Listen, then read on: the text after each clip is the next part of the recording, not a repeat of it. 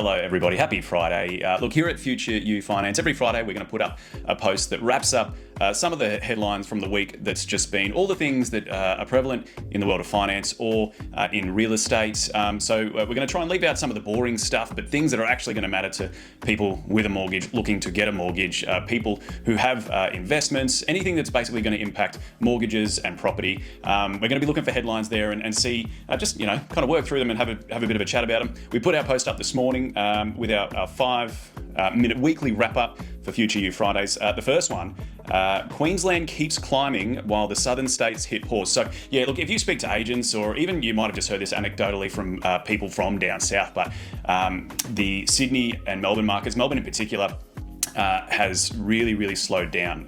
There was data released towards the end of last year that was kind of made it undeniable, but yeah, you probably heard anecdotally that those markets have been slowing down. Everywhere else pretty much is as it was before, steady growth. Brisbane, it's not just the Olympics effect, it's people leaving from down south to head up north that is driving that Brisbane growth in a massive way. So Brisbane especially, going gangbusters, but yeah, for sure, Sydney, Melbourne, Victoria, New South Wales more generally, those markets have cooled down a little bit, for sure. Headline number 2, RBA says, so Reserve Bank of Australia says, we might not be done with rate hikes just yet. Look, I'm hearing this a lot, obviously, in the industry that I'm in. I consume a lot of content and speak to a lot of people, and the general sort of, view out there is that they're expecting rate hikes this year, which is really interesting because only towards sort of, October, November last year were we expecting some rate reductions, but, employment data or unemployment data and inflation data makes it look like we're probably going to expect to see some hikes. Also getting some comms from a lot of the banks showing that their rates are rising in anticipation of the Reserve Bank's likelihood of increasing rates as well. So that's super interesting.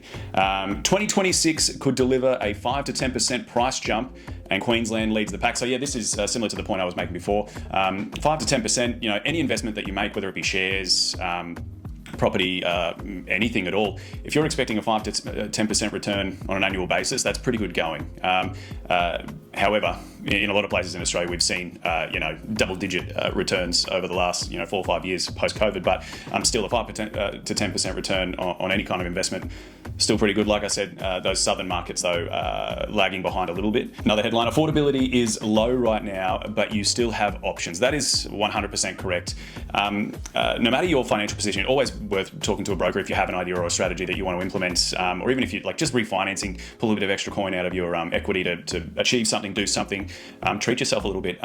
If your gut tells you that you're probably not going to be able to make the numbers work, have that verified by a broker. Go through the exercise, check the numbers, see which lenders may come to the table, because I think you'd be surprised.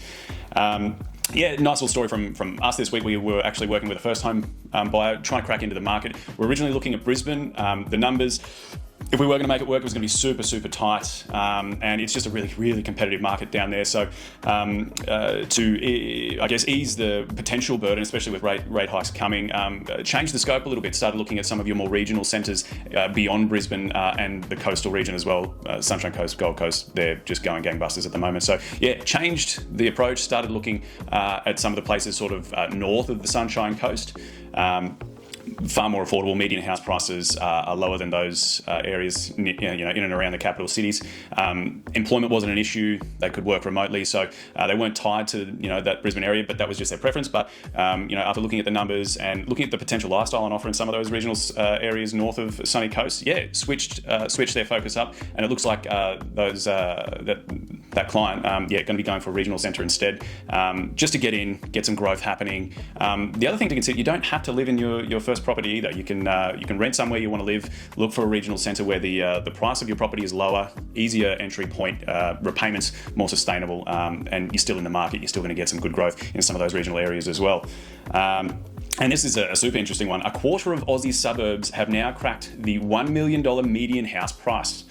So 1 in 4, that is quite staggering really when I don't know, I'm not an old man, but when I was a kid, $1 million property was like Richie Rich. Now, a quarter of properties, median house prices in a quarter of suburbs, now over $1 million. So yeah, exciting if you're in the property game, daunting if you're a first home buyer. But as always, make sure you talk to your broker and see what's possible. But yeah, Friday, a bit of a wrap up for your Friday. Hope everybody's had a good week.